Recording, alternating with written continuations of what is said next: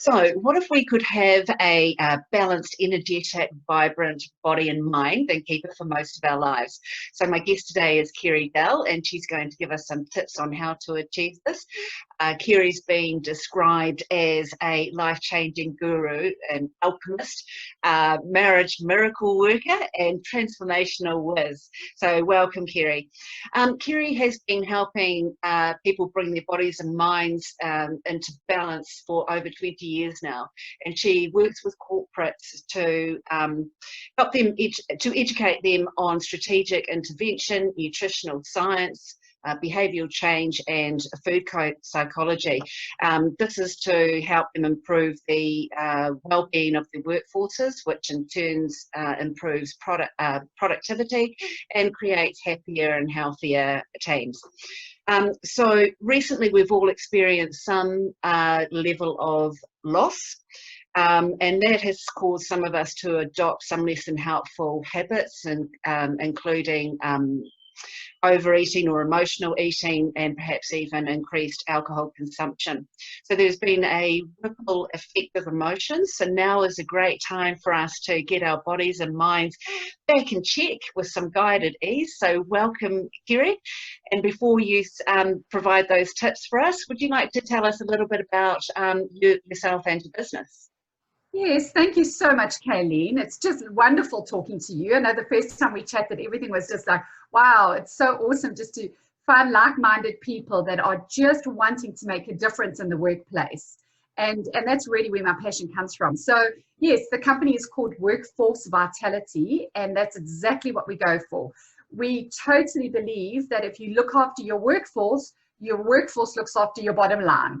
So the finances will all be there, absolutely, flowing if your workforce is performing at its peak, low absenteeism, lots of energy, clear minds, and really get through the day. So Workforce Vitality is really focused on making a real impact.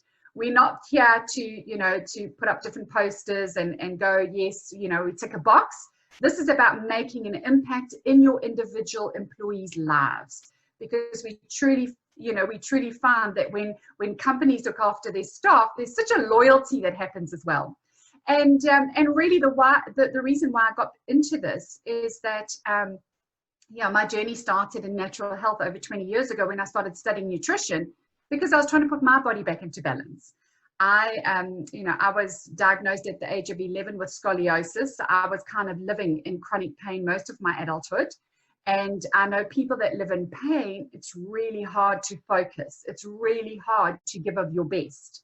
I also was told in my late 20s that I probably wouldn't be able to conceive children naturally. And so my whole journey is about putting myself back into balance, which I managed to do. I've got 2 teenagers now, which I conceived naturally, and it's also brilliant. And I am living absolutely pain-free. Absolutely pain-free from my scoliosis. So that for me is truly, I know that I can do it, and I know that I can help others do it. And that's what drives me every day. And that's what really drives my passion into making a difference in the workplace with the normal work people, so that they can actually live really awesome lives. And I think that's fantastic, your personal journey and how it's been reinvigorating for you. And sorry to hear that you lived in pain for most of your adult life. I think when companies look after the well-being of their workforce, their employee brand is raised, and so talent acquisition, from my perspective, becomes easier because people want to work for companies who will look after them. And it also helps with staff or talent retention as well. So those are 2 major benefits there also.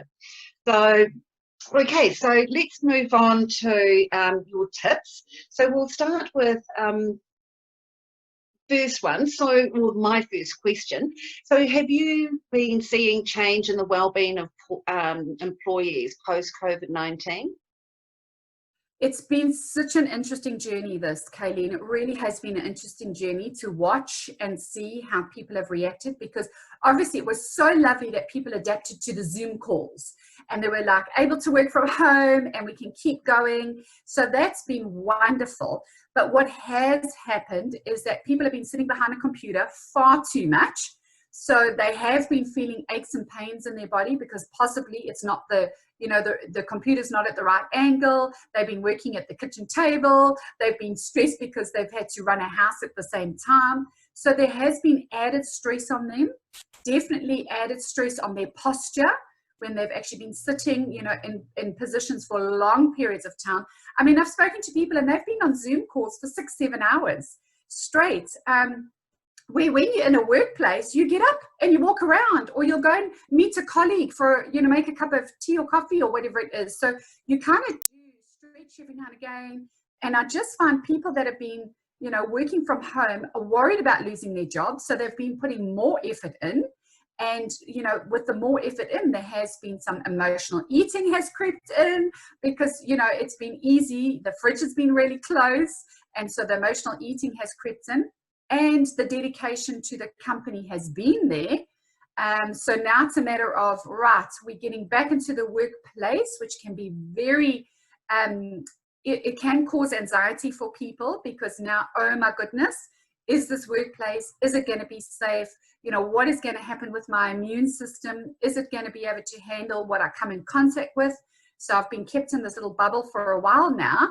And now what's going to happen? So there is a lot of anxiety that is coming up in people.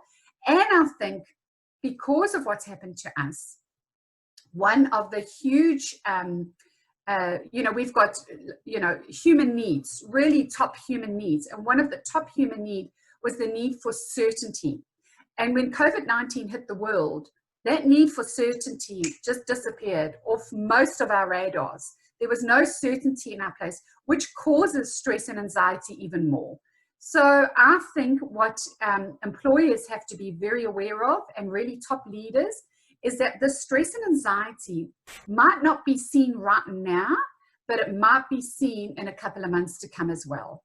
So have your eyes open, communicate with your staff, make sure that there is open communication, because we might just see that there's a couple of triggers that come in the months to come. And so just be very aware that staff are, that the anxiety and the stress has been heightened because of what's happened, definitely. Yes, some very good points in there. And I know people in my inner circle who have gone to chiropractors and physios, so that because they've put their backs out as well from sitting. And I know for me personally, working at the computer, I become very focused, and I'm a clencher of my teeth, and so I actually lost a filling during this time because I'd been clenching so much that it just worked its way out. So, and I wasn't even aware that I was doing it. So yeah, very, very important, and very interesting that we need to watch for some time into the future for those triggers to come out. Absolutely, because we've been in survival mode.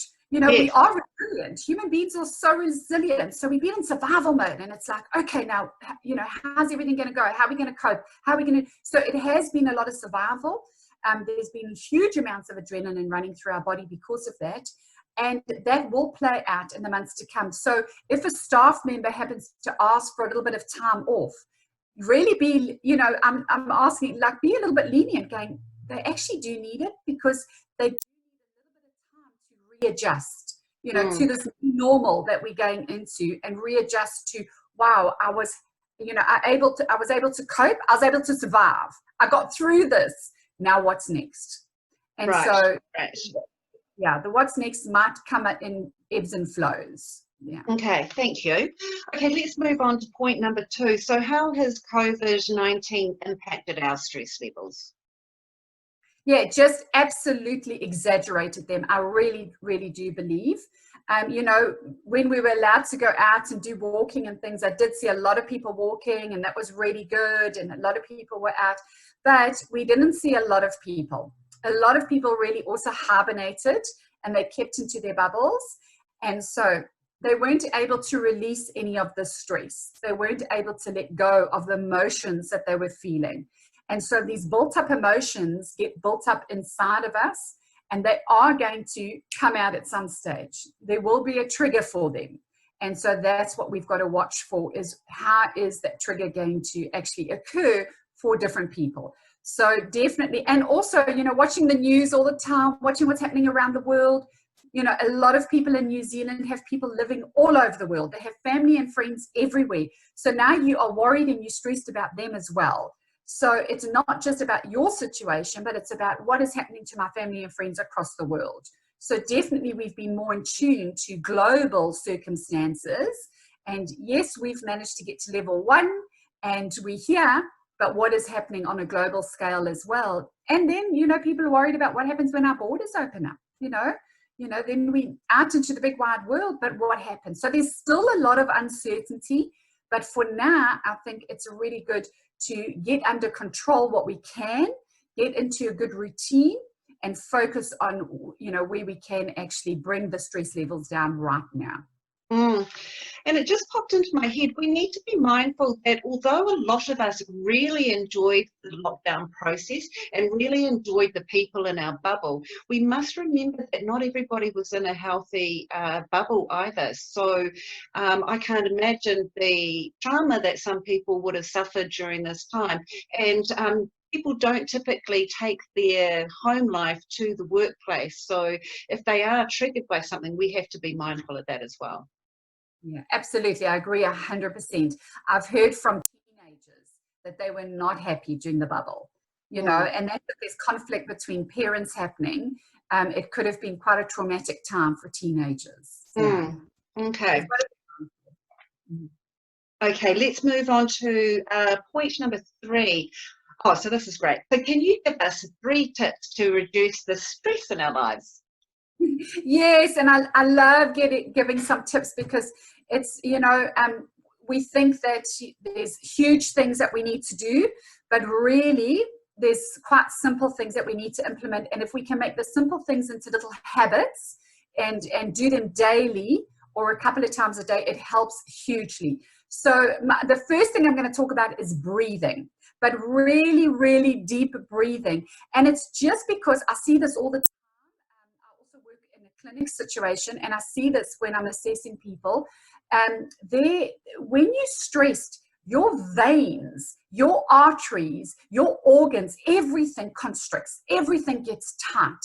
And you don't realize that when your arteries actually get tight, that causes huge pressure on your heart, and it causes huge pressure on your brain. So a way that we can actually release the arteries and veins is by deep breathing.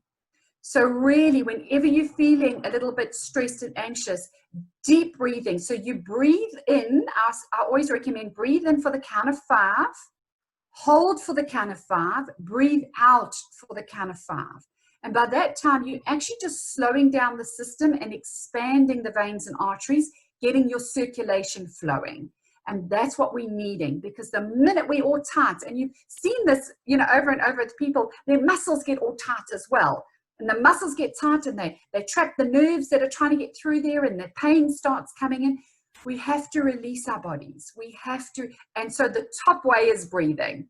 So deep breathing, 5, 5, 5. If you can do that a couple of times a day, that's really cool. I say, you know, wake up in the morning and breathe. Go to bed at night and breathe. If you're driving to work, breathe in your car. Just breathe. Just remember deep breaths. Yeah. The second tip is do that walking. Really, really, really. I know a lot of people are out and walking. Just walk. Absolutely walk. Because once again, that's helping the circulation. And if you can walk and do some deep breathing, that's just going to just calm the body. If you can walk, I mean, we've got some amazing beaches. If we can walk alongside a beach, the sea is an incredible healer.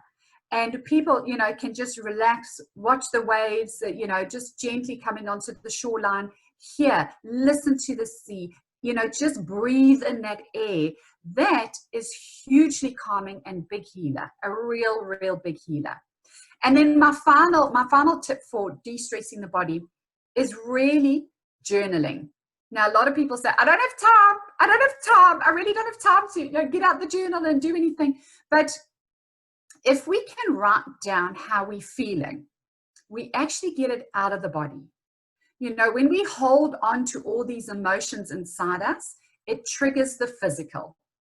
if you can just sit quietly, few moments every day, and just write how you're feeling.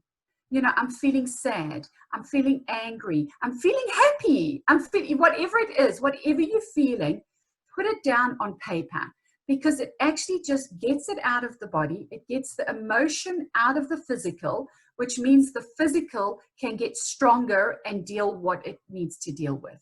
So, so journaling is actually really and really important for de-stressing. Right.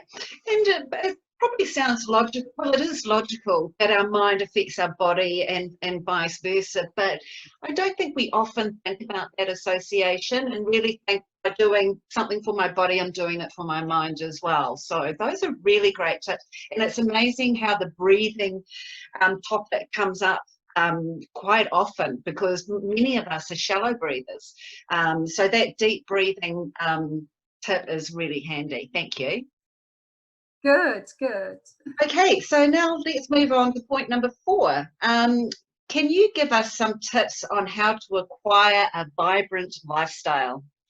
Yes, and I love it when people have their energy back into their lives. It's so amazing, because it's just, you know, that you can actually experience more things, you can have more vitality in your life. So this, you know, this is just like a favorite of mine, to actually get that vitality back into people's lives. And this is probably going to be also, you've heard it 100 times before, but it's really, really hard to do. But you have to avoid the sugars. You really have to avoid the sugars. And can I just recommend, when you're reading labels, just don't look at the nutritional value.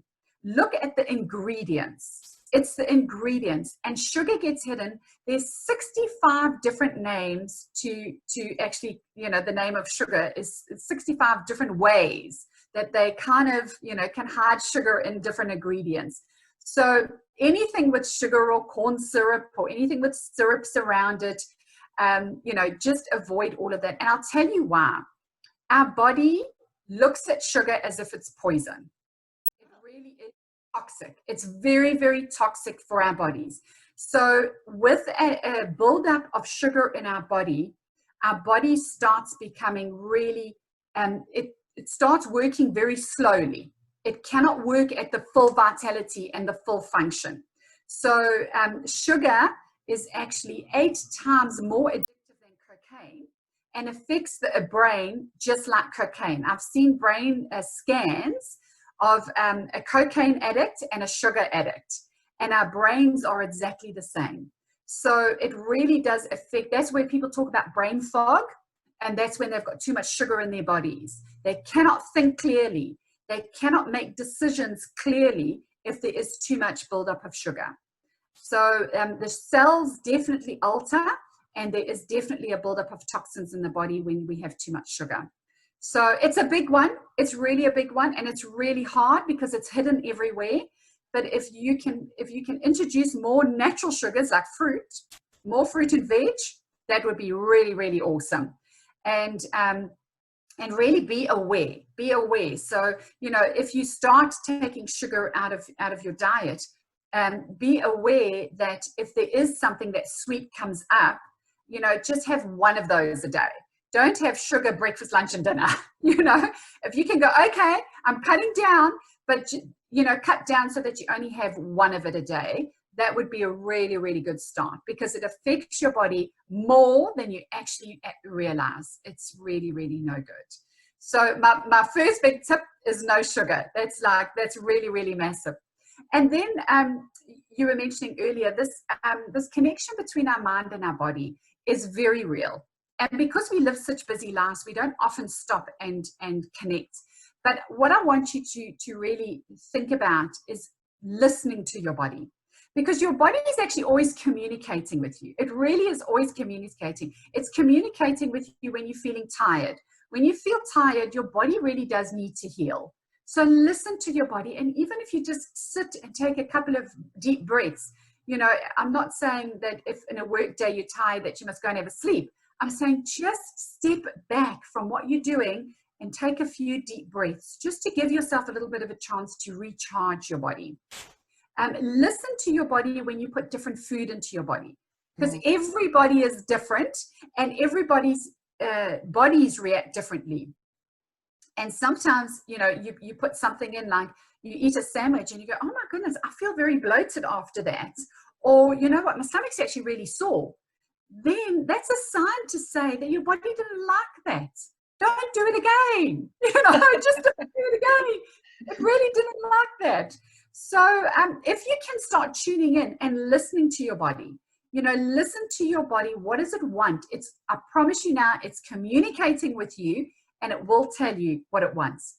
So no sugar, listen to your body. And then the last one that I really do encourage people to do is have a date with yourself. And people think and go, that's a bit weird. That's a bit weird. Like, you know, and I've got no time. I've got no time. But if you can spend a little bit of time with yourself, you will be amazed. And I'm not talking with yourself in your phone.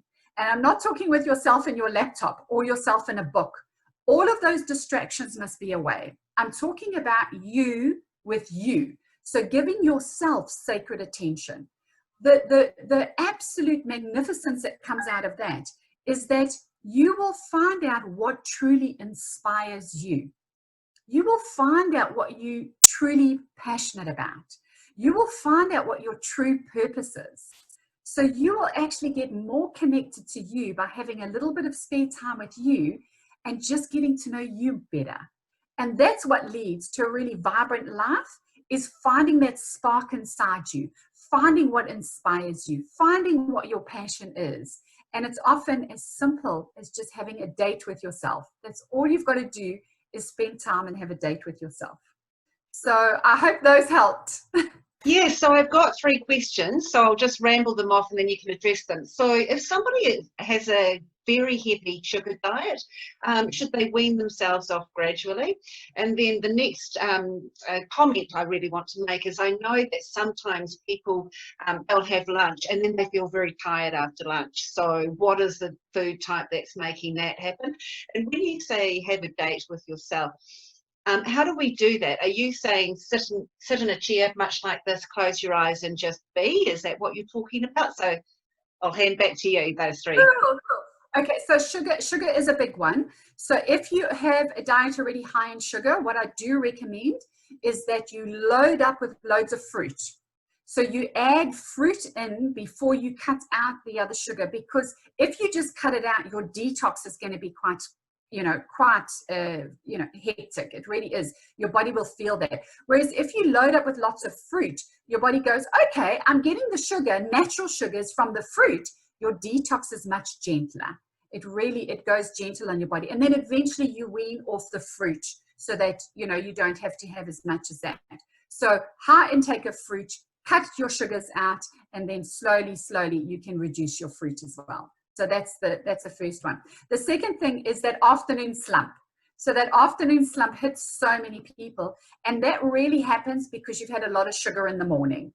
So sugar gives you this powerful boost, but then it gives you just as powerful downer. And that's what we feel in the afternoons. We have coffee and sugar in the morning. We have sugar in our cereal in the morning. You know, we have all the sugar first thing in the morning, which gets us going and gets us to work. We'll have another coffee and sugar for lunchtime, and then all of a sudden it hits us. It has to hit at some stage. Sugar has an up and a down in our bodies. It has to come down, and it's normally in the afternoons. So if you can cut the sugar out to be more consistent with the fruit going in, that really, really works. Yeah. And then a date with yourself. So what would be really cool, and I tell this to a lot of adults, is if you really think about, what did you have fun doing as a kid? What did you really have fun doing as a kid? And my memory is I loved climbing trees. I really love climbing trees. I love being outdoor. I love playing in mud. I love climbing trees. So often I will walk along the beach and I'll find a lovely tree and I'll go and sit in a tree. If there's a nice tree trunk or a branch somewhere, I'll go and sit quietly there. Because it's it's having a date with yourself. It's bringing back some fun in your life, fun with you, you know, connecting with you and having a bit of fun with you. I had a 60-year-old woman tell me she used to love roller skating.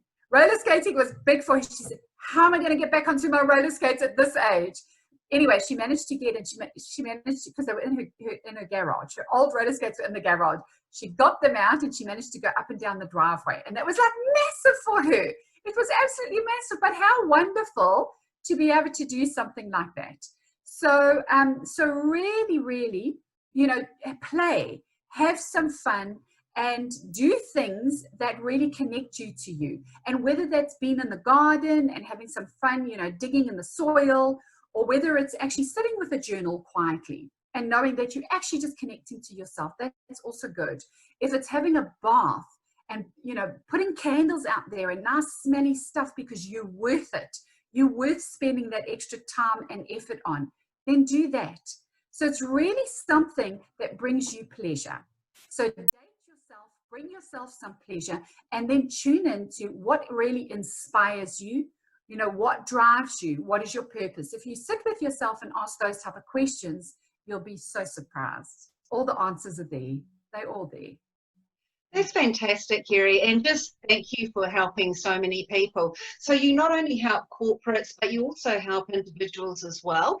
So tell us again how the name of your business and how somebody can find you. Yes, thank you so much, Kaylee. The name of the business is Workforce Vitality. So that is the website as well, Workforce Vitality. And then I've got another website, Kerry at kerrydell.com. So they can get hold of me on that email address. And yes, I'm available for companies, small businesses, and individuals. That's fantastic. Kerry, any final words for our audience before we say goodbye? Well, I'm really excited that we've moved into level 1. I really am, because I think this is, you know, people are going out there and going, wow, we really did have a time to, you know, to change our life. We were forced into it, but we can, which a lot of people would have probably carried on this little hamster wheel of theirs for another 10 years. Now we were forced to make a difference. So what difference are you going to make out there in your life? And what can you do? And I'd really like people to explore that and just live the best life that they can live. So thank you for having me. Oh, thank you, Kerry, for being my guest today. And I'm sure our audience really enjoyed the topic. So we'll say goodbye. So everybody, thank you for watching. Bye for now. Thank you. Stay safe.